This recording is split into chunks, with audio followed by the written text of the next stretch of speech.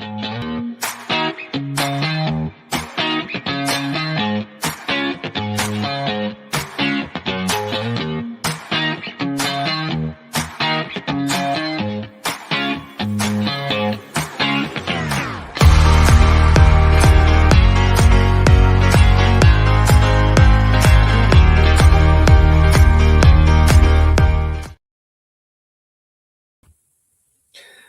morning, world.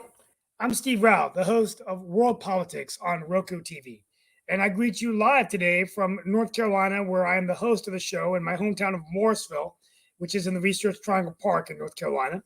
And today I'm here for 30 minutes because we have a council meeting. But on last Saturday, February 24th, was a 2-year invasion of Ukraine, when the independent and sovereign nation of Ukraine, which received its independence in 1991 from the former Soviet Union, was attacked. And 180,000 Ukrainians have died. Hundreds of thousands of soldiers have died. And war rages on in Ukraine. Make no mistake, this is about Vladimir Putin and his wanting to annihilate Ukraine and take Ukraine back and take away their independence. So even though we didn't talk about this last week, we wanted to bring in a special guest today to talk about the state of the war in Ukraine.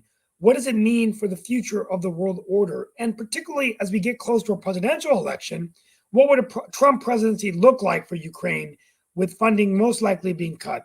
And the United States Congress today, with the border deal and Ukraine deal still on hold, how much time is going to cost Ukraine? How much time? The war is really at a new stage now, as the stalemate which Ukraine and Russia are in is almost like trench warfare of World War II. We have Russia's defense systems getting stronger, and this is not a good sign for Ukraine. So we want to talk about that today in the 30 minutes I'm with you. I want to bring in not only Mark Lee and my panel, but first bring in our guest, if he's here, Michael Brzezicki, who is with the Ukrainian Association, also a political analyst. Michael, thank you so much for being with us. Hi, thanks for having me on, Steve. Great. So I guess let's go ahead and get started with a few questions, and then we're going to bring our panel. And this is kind of an informal world politics show. But we were at the Vigil in Raleigh together 2 years ago. Ukraine was invaded. Talk to me about kind of what perspective you bring. I know one of your parents is Ukrainian, correct? Or are you from?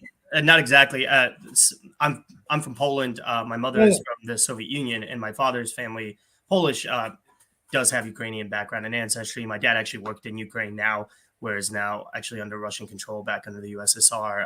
Spent a lot of time there. But yeah, no, I have a strong connection to the region. I studied Russian and Eastern European politics for my master's at UNC Chapel Hill. I worked briefly for the Polish Foreign Ministry before I started on my graduate studies, and I work here as a political advocate. One of the things I do is I do some political advocacy for the Ukrainian Association in the Carolinas. So kind of what I do, particularly where I can benefit the most for the Ukrainians here in North Carolina, is helping them with political advocacy. So that's how you and I met, Steve. But helping them connect with their legislators here to get their voices out. However, being involved and being able to discuss the realities of what's going on in Ukraine right now too is a critical aspect of that, because so much of what needs to be done is to kind of help Americans who aren't, super tied into that region understand the importance of this war. And especially as time goes on, and as we've seen so many people write about and talk about, war fatigue, aid fatigue set in, being able to sit down and explain that this isn't just, America helping Ukraine out of the goodness of its heart, but it was really the United States pursuing one of its critical geopolitical interests. Yes, the absolutely. premier political crisis that's going on in the world right now. So, yeah, in the few minutes we have with you before we bring on our panel, so let's talk about the state of the war, right? I mean, so I think it's, first of all, what did you feel like then when you saw this invasion, and where are we now, in your opinion, as it relates to world politics? I mean, we've heard analysts like Fareed Zakaria say that, the entire rules-based international system we had in place is at play here, in that, you just don't attack a foreign country. And so why, are you concerned about Republicans saying, well, let's not support Ukraine, let's put the, $60 billion somewhere else? I mean, what would happen if we just pull the plug from Ukraine? Trump is president, let's say a year from now, and he's not going to support Ukraine, then what does that mean for the world? Sure. Well, to answer the first part of your question, I remember during the buildup to this conflict, when there was a lot of debate over whether or not Russia would invade. It was me and a relatively small group of people that I personally would interact with who actually did believe that Russia would go through with it. Any kind of thorough understanding of Russia's geopolitical history, its current political system and makeup, the realities of the regime that it's operating under with Vladimir Putin would show that this is a dictatorial warmongering regime, and it has been since Putin came into office. I mean, he came in essentially handpicked by Yeltsin, primarily for the one reason that Yeltsin believed that he wouldn't prosecute him, that Putin would not prosecute Yeltsin after he left power. But Putin was far and away not the most popular candidate for the role. There were a number of other significant candidates, including one of Putin's rivals that he had killed several years back, Boris Nemtsov, who were believed to be the best candidates to take over after Yeltsin. So what Putin did was he embarked on conflict. That's how he buoyed his reputation within Russia, and that's been a critical tool within his political arsenal in Russia. You can only do so much stealing without, quote, giving something back. But if you're stealing everything in your country, to put it quite bluntly, the only way you can kind of give back to your electorate is to give them some kind of big win. And that was harnessing Russian nationalism, irredentism, the humiliation, quote unquote, of Russians after their collapse from the Soviet Union and the earlier Russian Empire by attacking all the parts of their former empire that they believed that they had a claim to or a right to take. Anybody who saw anything about the travesty that was the Tucker Carlson interview with Putin would understand that. So what we're looking at here now, and when we talk about a rules-based international order, I think a lot of people enter it with this kind of conception that there's this strong international system of laws and courts, or that the UN is such an authoritatively powerful entity, for instance, that can, hold this establishment up, and that when they attack that, it erodes it. But that's not a really firm understanding of what that means, the international rules-based order. The international rules-based order is an anathema to history that only exists because the United States established such a system as after World War II, and most importantly, after 1991, with the collapse of the Soviet Union.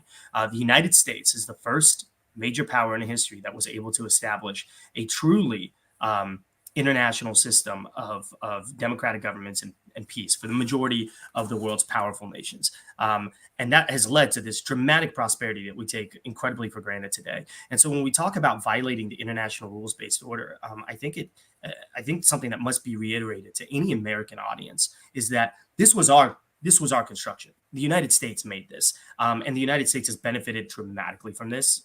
Just taking one quick look at American GDP growth over the past 30 years relative to the GDP growth of, say, the European Union, right, which has also benefited, but not nearly as much as we have, will show how good the system has been for us. And so when we talk about breaking the system, what we're talking about is a direct challenge and a direct threat to the United States' global position, to the international order that it's established, which by all objective measurements has been a net gain and a positive for the world. Right. So when we look at this situation, we say, hey, they're breaking the rules here. What we're saying is, are we going to sit there and not do anything about it? And right.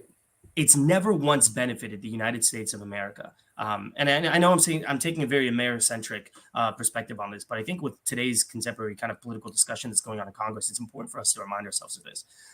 It's never once benefited for us to pretend that our city on the hill is a city in the clouds, and that we're not directly going to suffer from the consequences of not standing up for our allies, of not standing up for the democratic system that millions of Americans fought for in the 20th century to establish, that hundreds of millions of people around the world now benefit from.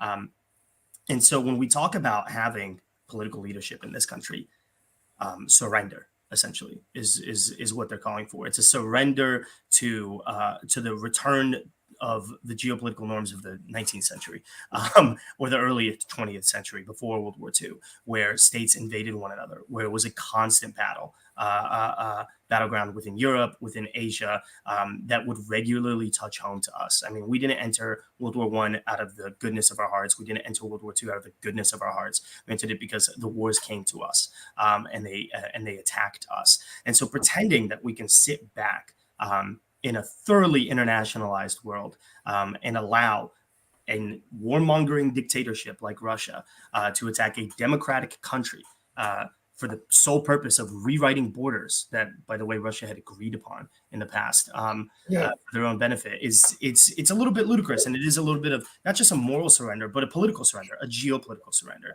A few more questions before you bring in the panel, and I have a hard stop at 5:30. You got to go to the city council meeting, but where is the money going to go? I mean, first of all, I guess the first question is, why is the war in a stalemate now? I mean, what is Russia doing better that it didn't do before? What did it learn from the first year of the war? That obviously their defense systems are getting stronger. They've moved this into a trench warfare. Ukraine was using drones. It doesn't seem to be as successful. How could the war result back? And what I've heard from the grapevine is that the United States military is learning from this war now, and some people are saying that we have to reassess kind of the way we're dealing with war, in terms of the future of warfare, right? So, sure. In the same vein that the Spanish Civil War in 1936 and 37 influenced so many military observers throughout the world leading into World War II, this is also kind of a foretelling of what's going to be important for future conflicts to come. What changed for Russia was that, well, I wouldn't call it so much a change, but so much that the aid that was sent to Ukraine wasn't sent rapidly and overwhelmingly enough, and not enough of the modern technologies that would allow Ukraine to set the terms into a Western-style conflict were delivered. And so ultimately, the war has deteriorated down into a very 20th century kind of grueling production conflict. And the issue at hand here is that, unfortunately, the Russian government and the Russian state never let their raw military equipment manufacturing base atrophy quite so much as other parts of the world did. And when I talk about raw military production base, the unfortunate reality is that the United States hasn't fought a conflict like this since World War II. And Europe has not fought a conflict like this since World War II. And instead, we got used to fighting conflicts where we used small amounts of very advanced weaponry on targeted strikes against, oftentimes insurgents or powers that were dramatically less well equipped than us, and use that small application of very advanced technologies to win. However, at the end of the day, when it's two modern industrialized countries fighting each other, it's going to become a very industrialized conflict where the amount of, for instance, what you've probably all seen on the media, the amount of artillery shells that you can pump out is of critical importance. And so, unfortunately, what I think the United States military is learning right now is that we need to ramp things up. It's something that a couple of countries in Europe are learning very, very quickly, such as the Baltic states, and Poland is probably the most significant, which is, I think, Radek Sikorski, the Polish foreign minister, announced earlier this week that chances are that Poland will actually might hit an even 8% of its GDP budget for its military over the next coming years, which would put it by far and away one of the highest military to GDP expenditures on the planet. So I think you have observers looking at this, but the unfortunate reality is that we let this conflict happen on Russia's terms. We let Russia drag this down into a 20th century trench warfare style conflict where it just comes down to the number of shells, ammunition, and bodies that you can throw into the front. And we let that happen because we didn't give the Ukrainians those advanced technologies that they needed at the very beginning. Okay, last question. We could go on and on. We want to bring in some panelists and make this more interactive, but where does the money go then? Let's say Congress is able to come together and say, we're going to do this, whatever it is. I mean, the State of the Union is next week. We do expect the president to talk about this to the United States Congress. We're in the middle of a primary. Obviously, I think everyone's waiting to see who's going to be in the White House a year from now. But where would the money go, and how does Ukraine win this war? What is it going to take to win? So overwhelmingly, the biggest chunk of the money needs to go, and it will be going towards military production. In Europe right now, that's the same thing. The latest tranche of European aid in Germany has been used to open a massive new artillery shell production factory. And in the United States, what's also important to note is that at least 2/3 of the funds that the United States allocates for Ukraine stay in the United States. They get spent with American companies, with American contractors to produce goods here in the United States, paying American salaries, and then being sent off to shipped to Ukraine where it can actually do some good on the battlefield, rather than sitting in storehouses and not really contributing to the actual conflict at play.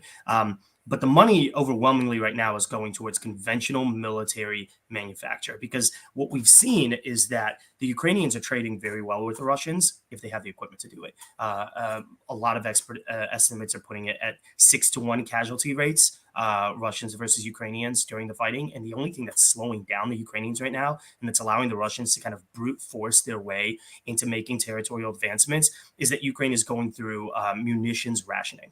They simply do not have the artillery required in the numbers that are required to put out. And I'll just give this one last, before we bring in the panelists, example. The United States and Europe tried to promise the Ukrainians that they deliver 1 million shells last year. We were able to deliver 200,000 shells. Meanwhile, wow. North Korea alone, which has joined this very much axis between Russia and China, was able to deliver 1 million artillery shells to the Russians. So what does that say about our military preparedness and how well equipped we are going forward to be ready and able to not only fight our own battles, but to arm our allies to fight the geopolitical enemies that are challenging us? And I think that's the biggest issue at hand here, and why it's so critical when we're talking about the kind of aid that's coming out right now, is because they need ammo. And they can't possibly produce all of it themselves, and so we need to step up. We need to step up and do it. And I think, and there's so much at stake, right? In terms of if Ukraine is not successful and Russia does win, doesn't it send a message to China? We can invade Taiwan. I mean, you could see kind of a disruption of democracy all over the world. So, it sends a message to the entire world that the United States is weakened, dramatically weakened, and incapable of protecting its interests anywhere. So let's go beyond even just Taiwan. I think Taiwan will be almost a given that the Chinese would see it as open season on Taiwan. I think, especially if you see a Trump presidency following up on this kind of tactical defeat of American policy, I think NATO essentially would be in tremendous threat. So we would see not only China pressing upon Taiwan, but I think we would immediately see Russia following up with some sort of at least hybrid warfare attacks, and who knows, honestly, what kind of escalation we would see. But we would absolutely see escalation into the Baltic states, into Poland, into Romania, into Moldova. And at that point, we're really making the decision as to whether or not we want to abandon everything or if we want to send American soldiers to die. So I think there's a dramatic amount of risk here. And the only way that you prevent a larger conflict going forward in this century is for Ukraine to win. If Ukraine loses, then we're essentially guaranteed to have some kind of much larger, much more devastating conflict with Russia, China, Iran, a combination. That's given. Excellent analysis. We might be bringing you on WPTF tomorrow. I'm going to email you. I just got a text, so that's around 3:20 tomorrow, 3:40. We're honored to have you.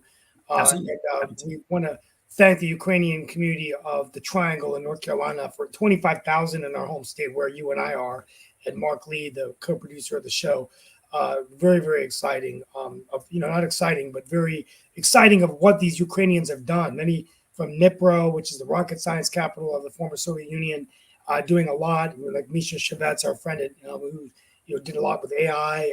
He's PhD there, studying neural networks and things like that. But just to think of this, these North Carolinians and Ukrainians in America that are waking up every day, worried about whether their country will be there or not. That's frightening.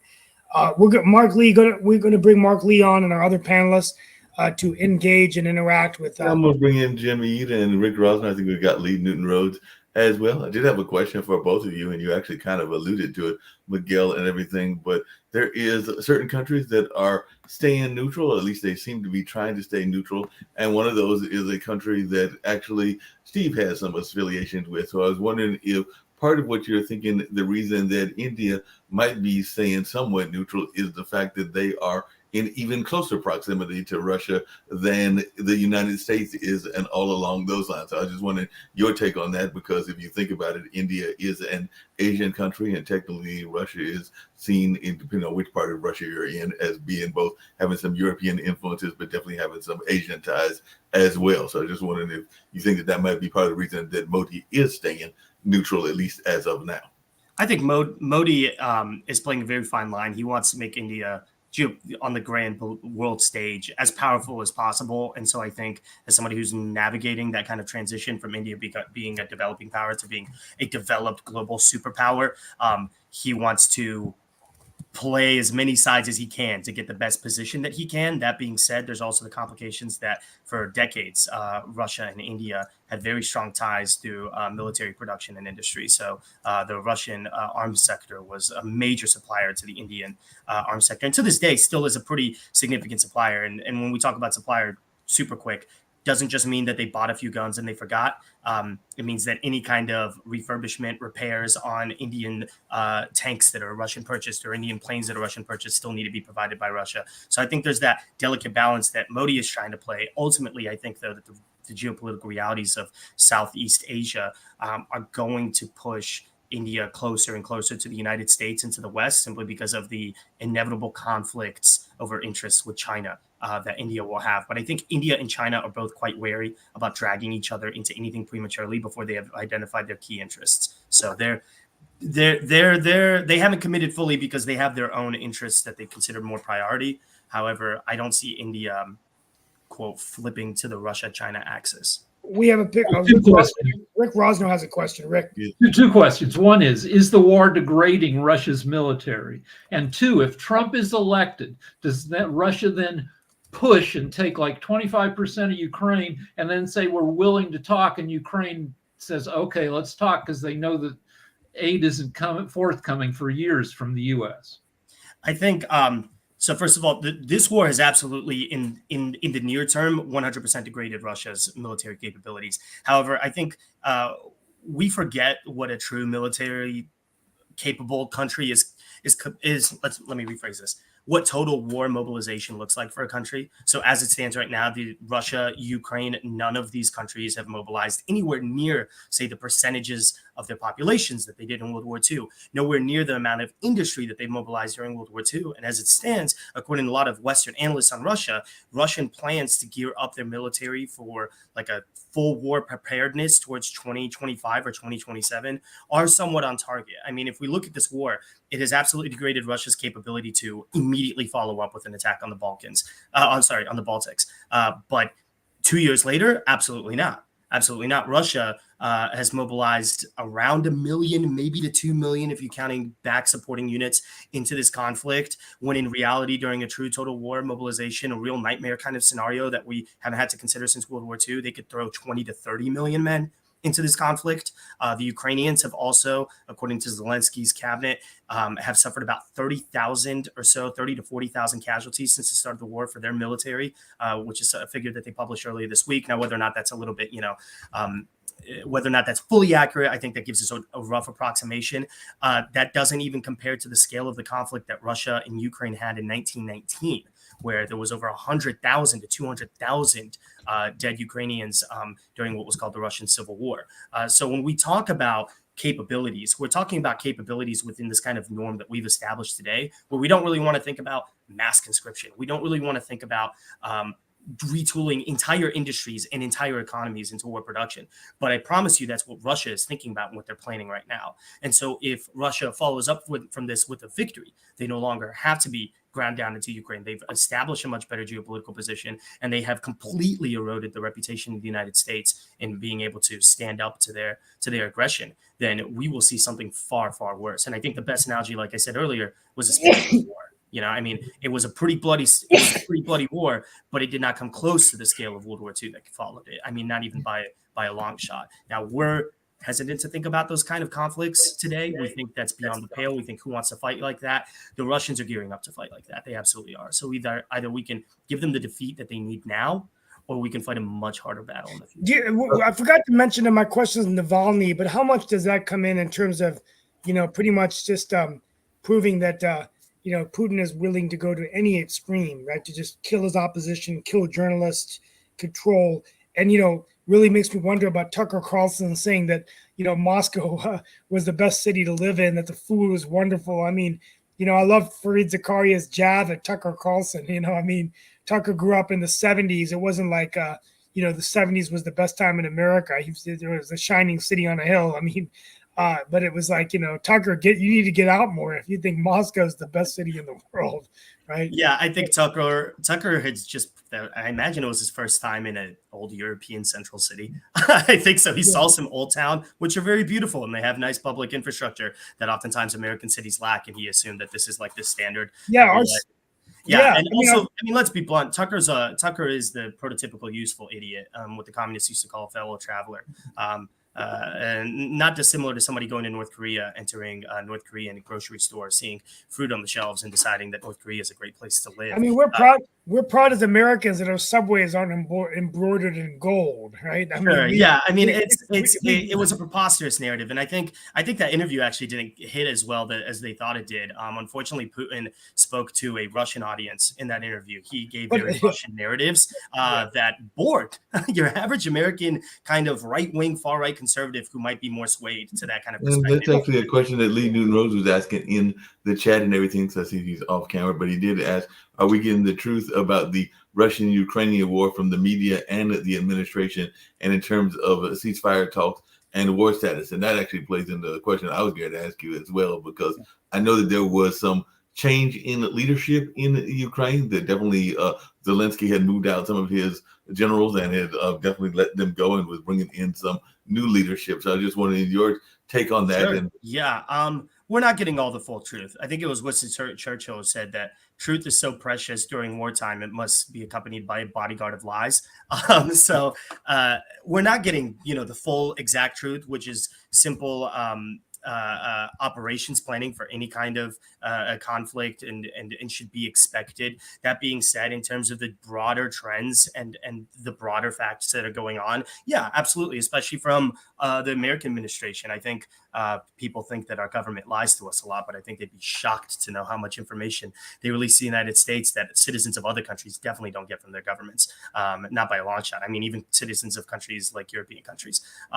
So in terms of ceasefire talks and war status, that's a much more complicated conversation, because that's the conversation that is going on right now in Europe. And it's a conversation, and it's to answer a question that was brought up earlier, it's a conversation that is going on right now between the Ukrainians and the Europeans, because they see the prospect of a Trump presidency coming up, and they understand what that means. They understand that it means that America is functionally, at least for the duration of a Trump administration, abandoned the NATO alliance and abandoned its European allies in any way that's meaningful during a time of conflict, right? I mean, beyond just nice words and, kind of some joint exercises, but I mean, the true kind of push the, pedal to the metal kind of stuff.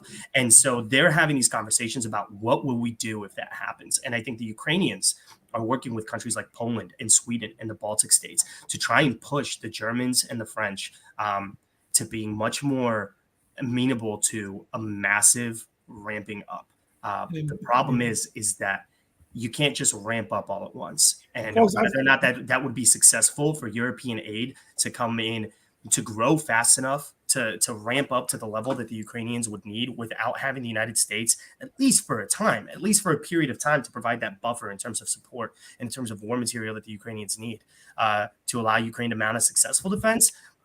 That's the real concern there. Whether or not the Europeans, given enough time, would be able to adapt to a Trump presidency, I think we can confidently say that they would, and that it wouldn't push Ukraine to a ceasefire talk, because they know that they would be able to lean upon the other European countries. But the world is not, filled with rhetoric, and industry is real.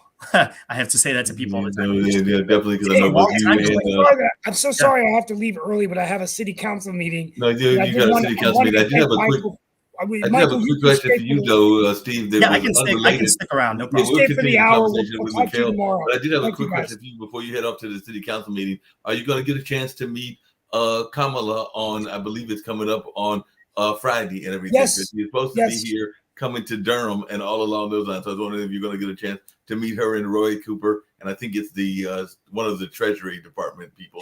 I'm meeting her privately. I'm going to try to find out what's going on, and if there's a way I can get you guys in, you'll be the first to get a phone call. I have made a good new friend in the governor of California, Gavin Newsom, whom we're working with on some DGA stuff at my firm. And so it's just kind of funny. I'm like the key to the, I got the key to all these doors, but I just want to listen to the vice president, what she has to say. I think she's going to be talking about the economy, but I tell you, the clock is ticking, and I think there's a lot of people out there really worried right now about the presidential election. What would happen if Donald Trump won again? The reality is that he can win again, I just feel like it's we just got to see how Joe Biden. The big night next week. He's got the State of the Union. Obviously, the vice president is getting out there more, which I think is good because they're trying to leverage her to talk about reproductive women's rights and obviously the economy.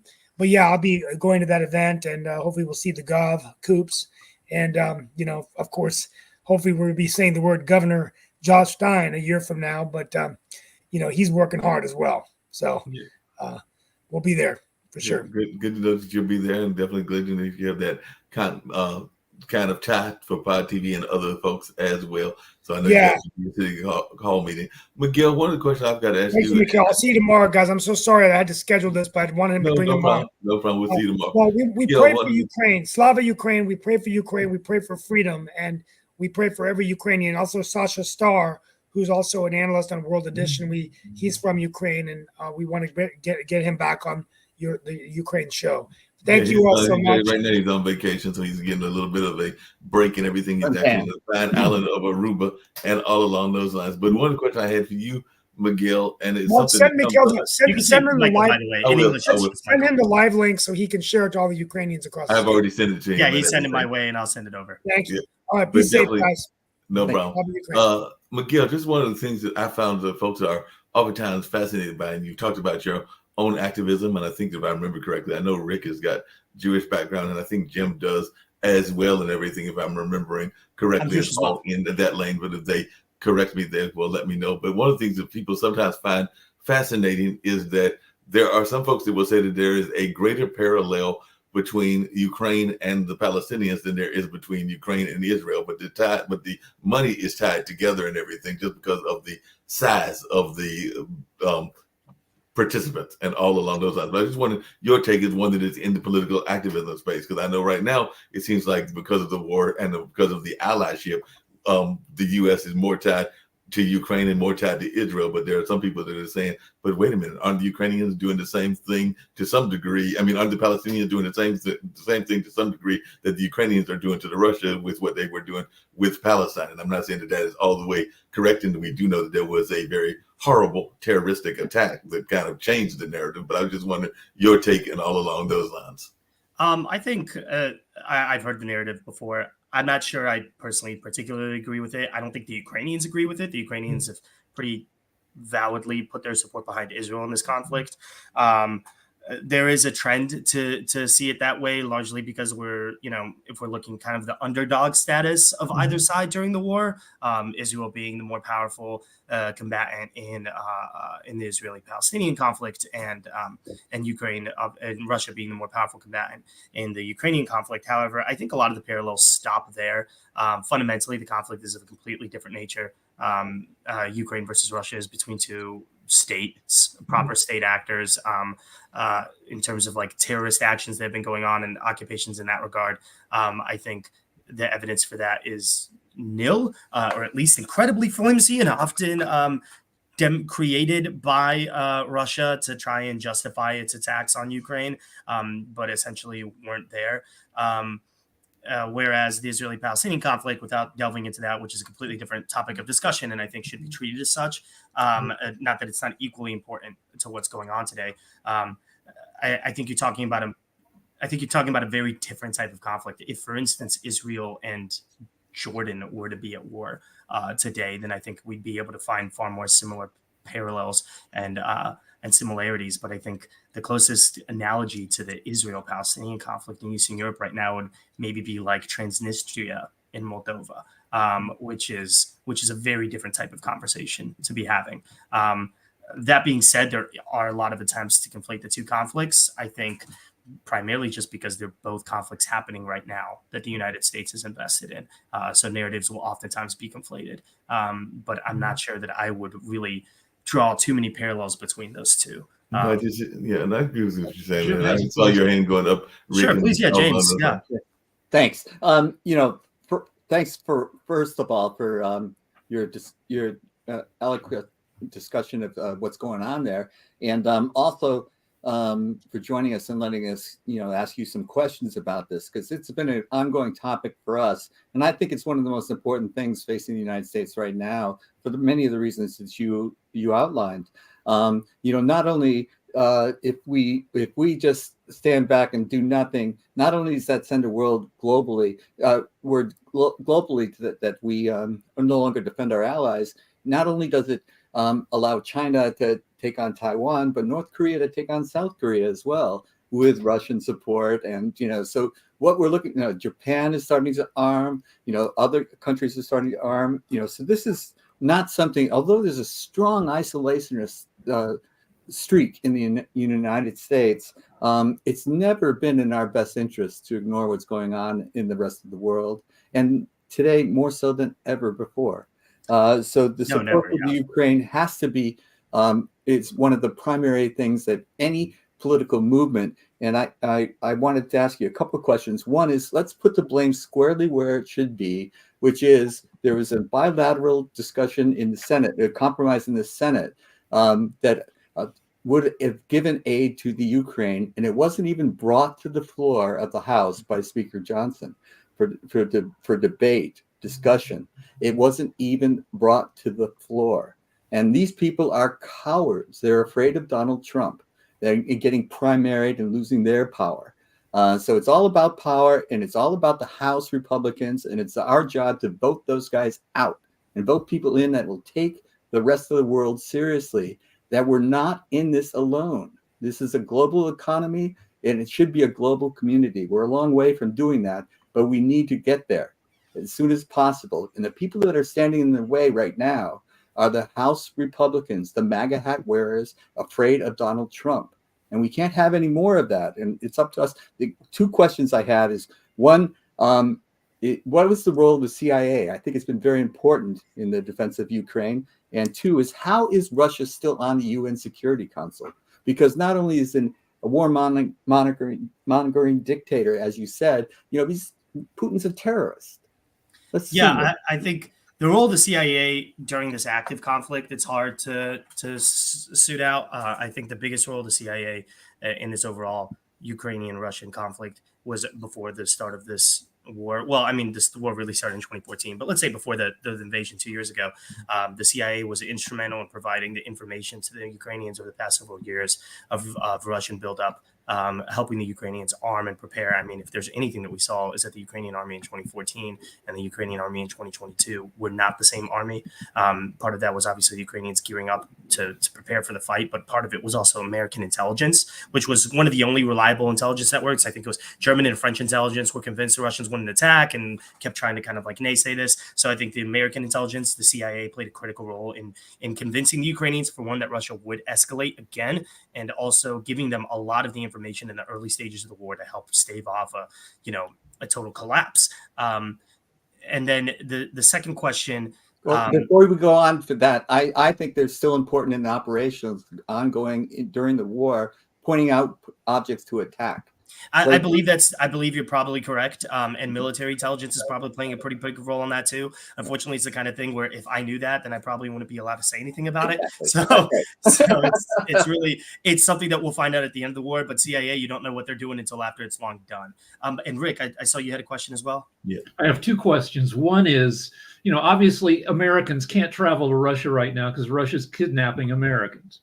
But what about traveling to countries in Russia's sphere of potential aggression?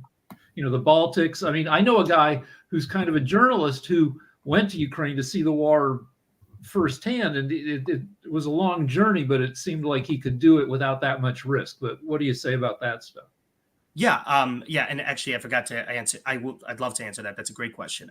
With James, frankly, personally speaking, the UN is a fractured and defunct organization, and the second you kick Russia off the Security Council, then you just get rid of the UN in general, because it's kind of operating under this very flimsy pretext that the whole world is still talking to each other. When you make that kind of move, you just acknowledge that there is no more conversation. And I think then you get rid of a lot of the benefits of the UN that it's providing in other parts of the world, which is like in Africa, for instance, the UN is actually still really instrumental. So I think it's kind of like everybody knows that it's kind of a joke, but they recognize that it is a good venue for solving some of the world's problems, not the big ones, not the ones we wanted it to solve, which is like avoiding world wars.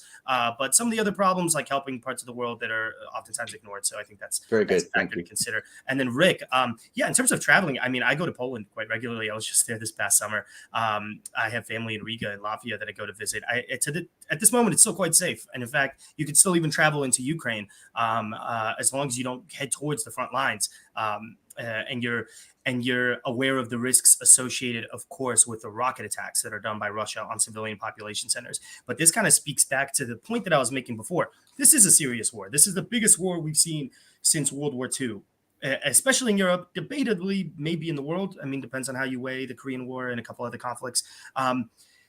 But it's not a war like World War II. I think, again, people oftentimes lose the perspective of what's at stake here and the risks that we pose going forward if we don't navigate this well. If this is not the total war that it could be, and this is still, in fact, in many cases, still a restrained war. To that statement, it means that Russia is not at any risk immediately until it wins in Ukraine. It's not going to attack the Baltic states. Until it breaks dramatically through the lines in the east. And I say until as if that's going to happen. I don't particularly see that happening unless we really mess up.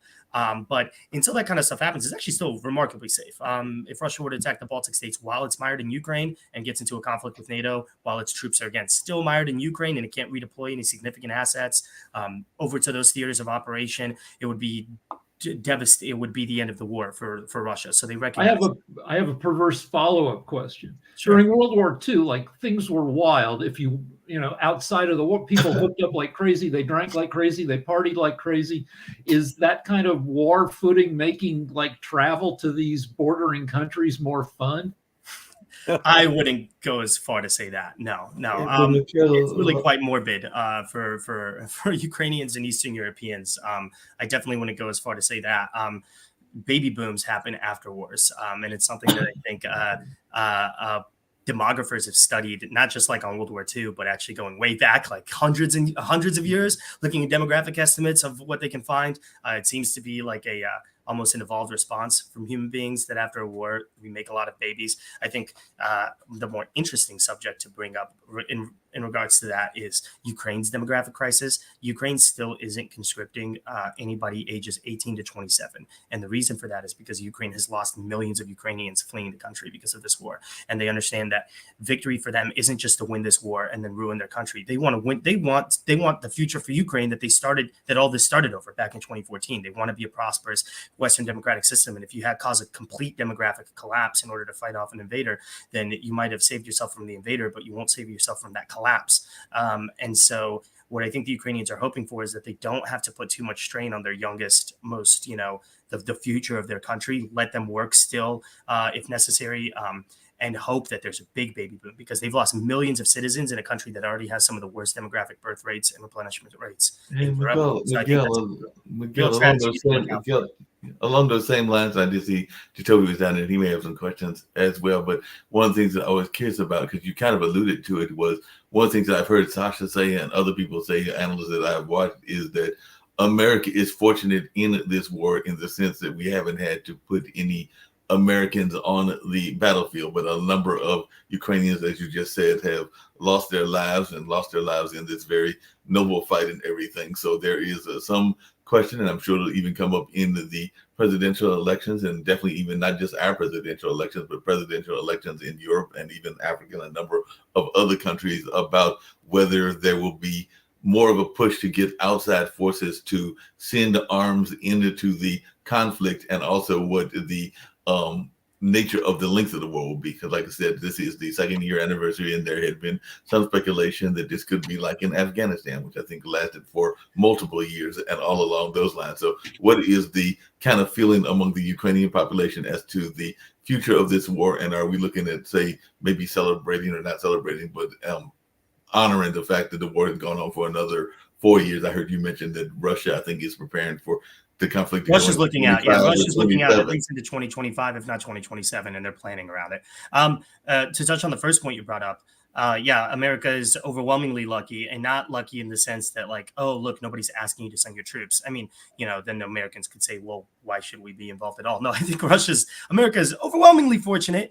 It's in this beautiful geopolitical moment it hasn't seen since the Korean War, at least, of having the opportunity to confront one of our largest geopolitical rivals that has made themselves our rivals, whether we like it or not. And no amount of appeasement will make them any less intrinsically opposed to American interests and to the overall decline of America, or designing the overall decline. And so we have this beautiful opportunity where we actually have a whole country ready and waiting to fight and desperately fighting, perfectly aligned with our own geopolitical interests, where we don't have to send in a single human body. I mean, we didn't have that in Afghanistan. We had the Northern Alliance. They still needed boots on the ground to help fight for us, and they weren't enough to win that battle. In Iraq, some Kurds eventually later on in the conflict against ISIS, I think, were kind of boots on the ground. And it ended up being, by the way, the most successful military actions that the United States had taken in Syria and Iraq was using local forces and then limited support on our part with aerial campaigns. And in this case, we've got a whole country that's saying, look, we don't need your boots on the ground. We're not asking for that. We're asking for, I mean, pennies out of the coffers, to put it bluntly. Really nothing here for us to accomplish an overwhelming geopolitical victory. I mean, if Russia loses this war, the nature of war is such that there's always a massive winner and a massive loser. So when we warn about the consequences of Ukraine's loss and how that would generate into a massive loss for us, let's also consider the fact that a Ukrainian victory is a tremendous geopolitical coup for the United States that cements its position throughout the Eurasian continent for the next 100 years. I mean, I really cannot emphasize this enough. A single victory in this Korean War, even though it ended in a kind of stalemate, cemented the United States' position in East Asia for the entire rest of the 20th century and into this one. It not only cemented our position in Korea, it cemented our position in Japan, actually, as a matter of fact, because it proved. I think we need to also keep in mind that Tucker Carlson is not the only bootlicker of Vladimir Putin. Donald Trump is too. Yeah, I think that kind of goes without saying at this point, which is why we should do. I think we need to say it loud and clear, because one of the things that we don't understand, I don't think well enough in this country, is that Putin wants to restore the Soviet Union. He wants to restore Russia to that kind of prominence. He wants all the land back. You know, how many time zones does Russia span already? He wants it bigger. Yeah. And he's going to, it doesn't matter who, women and children, they don't matter. Nothing matters. He wants to go down in history as a great Russian hero. And when you're dealing with that kind of fanaticism, you have to stand up to it. And this is why I think Republicans in Congress are cowards. Because Rick, I see you have a question as well. So any thought, off of what Jim said, any thoughts on how the Russians got their hooks into so many GOP politicians outside of their fealty to Trump? Yeah, actually, it goes back. The Russians have been very, very good. When I was doing my graduate studies, I had the opportunity to sit down with Andrzej Nowak. He was the premier Russia expert in Poland for decades, for multiple governments on Russia. And he wrote some excellent books, especially about Russian disinformation. The Russians have never had the same resources as the United States, but they were able to play on that great power politics during the Cold War because they were very, very, very good at playing the manipulation and the disinformation game. And this is practice, quite ironically, actually, that the Russians got during the Cold War working with leftist organizations. Actually, the amount of leftist organizations that the Soviet Union infiltrated around the world during the Cold War in very, very similar ways to what they're doing now with right-wing organizations was truly shocking.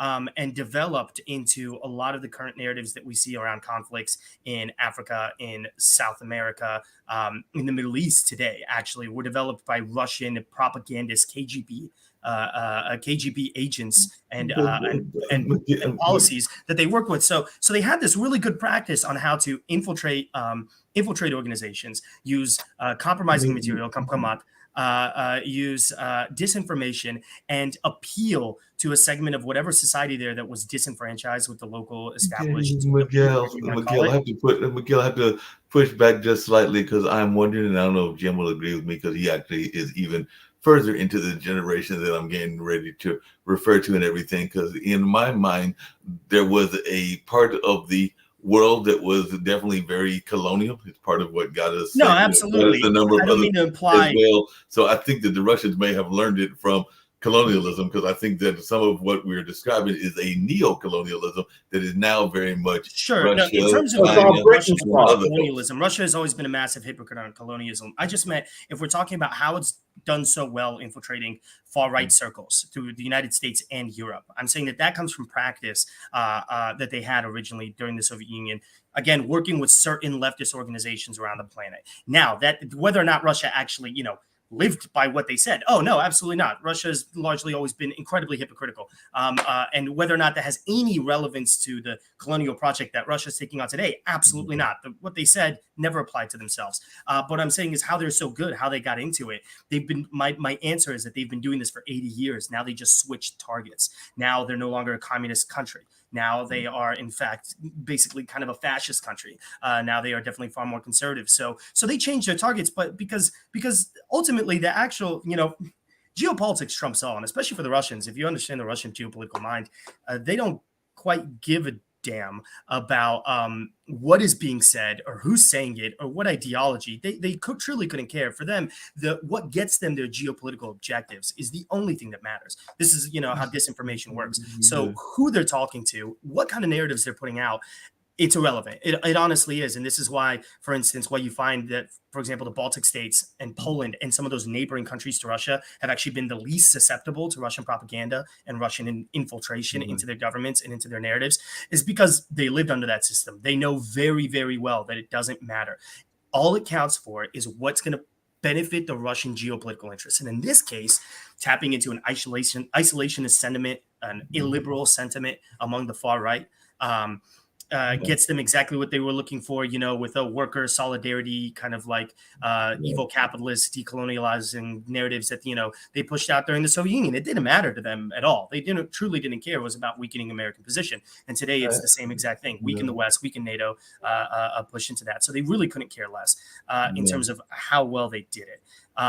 Now, in terms of the Russian colonial mission, it's never changed. And watch Tucker Carlson's interview with Putin to see that. Putin says the same exact narrative. People think that Putin has this new narrative. He's not even like Hitler in this regard. Hitler kind of helped the Nazis, let's say, develop this somewhat. I mean, they tapped into a lot of old narratives within German history and this German like right-wing and nationalism, imperialism stuff. But they developed a pretty new concept for Germany in terms of this kind of Lebensraum expansionism. Putin didn't do that in his interview with Tucker Carlson. Putin basically just read from a 7th grade Russian history book. That's all he did. He said the same thing that the Russians have been saying for 100, 200 years. It's not a new narrative. It goes back to the 1800s at least. All of this stuff. I mean, this is narratives. I have some Russian background. This is narratives that I'd heard plenty of times before. It's narratives that the Poles and the Balts and the Finns have heard a million times, which is why they laugh at it, which is why they think that, anybody who believes in it must be a fool, or at the very least has been so ignorant of Russia and Russian history. I mean, so truly deeply ignorant of what they're dealing with that they had no idea, like that they're hearing, the dumb argument for the first time. Miguel, I have to teach you about something really quickly, and then I don't know if Jacoby's got a question before we get ready to wrap up in about 10 minutes. But it seems to me that Putin and definitely and Trump are very good friends. Jim just alluded to that and everything. But if we go by the type of people that they are coming from the world of entertainment and the world of kind of media affluency and everything, it seems to me that Trump and Zelensky should be friends because they have that kind of similar background and everything. He was a comedian before he was actually involved in politics and everything. So it seems like they have a parallel. I think the issue with Trump, the one thing that we need to understand a little bit more about Trump is, Trump. It's not that Trump is pro-Russia. Trump's pro himself, and Russia gets him to be pro himself. That's it. Trump has always been a grifter. He's always been number one. The Twin Towers fell, and he made a joke about now Trump Tower is the largest building in New York. The man is a narcissist. He only cares about himself. So I don't think, I truly don't think he gives a single, care in the world about Russia, more so about what Russia is doing to help him win politically. And if that means sacrificing U.S. interests to get himself ahead, he does not care. And he's happy to do that. Now, in terms of what that means versus like Trump and Zelensky,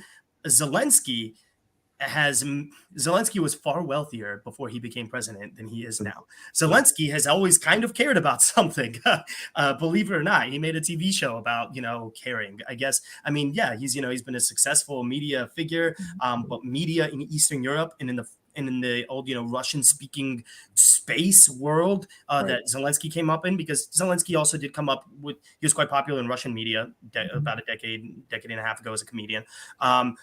It's not the same as what it is in the U.S. and it's hard to draw the same kind of parallels there. But Jacoby, you had a question. Yeah. Also, yeah, Trump was just a reality TV star. He wasn't even really a star. He just was a con artist that got put on TV. Zelensky actually had a comedic career. He was a writer. He wrote comedy. Yeah, he was a funny guy. I think he was in a movie where he played the president before he became the president. It was the show. Yeah, that's actually what launched his political career in Ukraine. It's a phenomenal show, by the way. It's on Netflix. Y'all should check it out. It's very funny. Yeah. So the scary part for me, and this is thinking, way down in the future, and how you talked about the disinformation and everything else. Elon Musk is running Starlink, and Elon has been seen buddying up with Putin. And Starlink is what's giving internet to Ukraine. Mm-hmm. How do we navigate that? That's my biggest concern. That's a little bit more of a, then you're getting a little bit more into genuine slight sympathy. I don't fully subscribe to the notion that Elon is like 100% pro-Russia. I don't think that's necessarily the case, because I've seen enough people who are 100% pro-Russia to kind of be able to tell that slight difference. But that is a little bit more concerning, because as much as Elon Musk is also somewhat of a narcissist and out for himself and yada, yada, yada, he's more swayed by the fact that he's this kind of terminally online figure who's really joining into a lot of these more conservative, not even conservative. I mean, there's a lot of conservatives who, don't necessarily support Russia, but he's tying into those, those far right conservatives that we all know what we're talking about. And he's really being swayed by the actual arguments. In terms of the impact on Starlink and stuff, yeah, that's not I think we're having the entirely the wrong conversation when we're talking about, like, what do we do about, like, Elon? Like, how do we convince Elon? How do no. What do we do about the government getting back to the state that it was in the early 20th century, where it did not allow private companies to infringe on its own governmental interests? If Ford, for instance, during World War II had said, we still kind of want to sell some trucks to the Swedes who will send them to the Germans, then the government would have locked up the executive leadership of Ford. So I think what we really, the bigger conversation there is, how much has the United States government sacrificed its capacity and its willingness to confront private enterprise when it comes to the primary geopolitical interests of this country, and how much they need to get them back on board. How are we going to defend? We're going to get hit with more Russian disinfo over social media than even in 2016. How do we defend against that? Up to the election. Yeah. This is where I kind of deviate a lot with my own peers in my own generation. Things like strongly, if not outright banning, then confronting like TikTok and stuff like that is in fact important. Like, we talk about freedom of speech, and I completely agree, but that doesn't mean that we should allow our whole country to just be ran rampant among by foreign propaganda and disinformation. And during World War II, we didn't allow that to happen either. And during the Cold War, we also did not allow that to happen either. And we still managed to retain our fundamental rights of privilege and freedom of speech in this country. So I think to a certain degree, we absolutely need the government to step in. I'm not a huge fan of, the government solving all problems, but I'm also not a huge fan of people pretending that the government hasn't been able to solve some of these problems before, and that these problems kind of only exist because our executive branch isn't willing to tackle them in the way that it used to. So when we're talking about disinformation, we're being bombarded by disinformation by state actors. We can't hope and rely that your average American, by the sheer, grit and tenacity of their love for freedom and their natural, drive to be a great country, is going to be able to sustain, that bombardment of disinformation. Right. Absolutely not. We do need, if a state actor is coming into our country and trying to manipulate our views on things, and we need our own state actors to come up there, understand, what we're protecting ourselves from. And we have Florida and Texas passing laws that allow them to say whatever they want.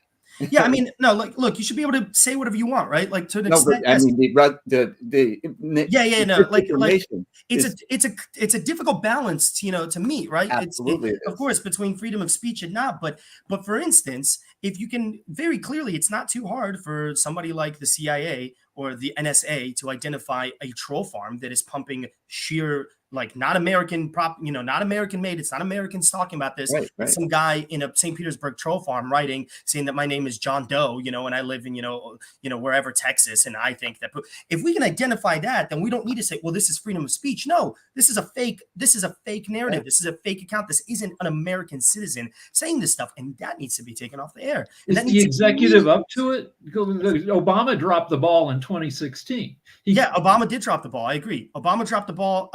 The Republicans are downright complicit with it to a certain extent, but the Democrats are also dropping the ball. I mean, this is not criticism that I have for one party or another. In fact, I generally speaking, when it comes to foreign policy, I like to emphasize that there's more continuity between each government that we have. There's more continuity between Yes. Democrats and Republicans than we think we have. And it's not because it's some part of the big conspiracy, but it's because there's a momentum of its own for a government pursuing its interests, right? Which is why you'll see people like in Poland, for instance, there was just a large turnover in the government that I'm sure you guys have probably heard about between the conservatives and the left wing. And what happened when the new more left-leaning coalition came into power, they're now pursuing a lot of the same policies that the previous administration had, because there's a natural and inherent momentum to identifying the interests of a government. So what I think the real issue isn't that just Republicans or Democrats. I think in general, there's been a failure on the part of our government to recognize the kind of new age of conflict that it's going into and being ready and willing to take that fight seriously. What a pleasure. Especially when it comes on the to speak with you. propaganda. I know Mark is going to wrap it up for us, but Yeah. you've been delightful. Thank you. It's been Thank you. awesome. Yeah, thoroughly ready to wrap up, but it's got another show that's going on, which is about education, and that's actually the Mama Noni show. It goes on at 6 o'clock, but I certainly enjoyed having you, Miguel, and hopefully you'll get a chance to come back maybe even on World Politics Thursday, as well as some of our world editions. But I thoroughly enjoyed having your insights and all along those lines. But yeah, we're here to wrap it up, but glad to have this conversation. Thank you for having me on. I had a great time. And look forward to having you back on in the near future. Thank you. Absolutely. I had a great time. Thank you so much. Good to see Rick and Jatovi. Bye-bye. Bye-bye.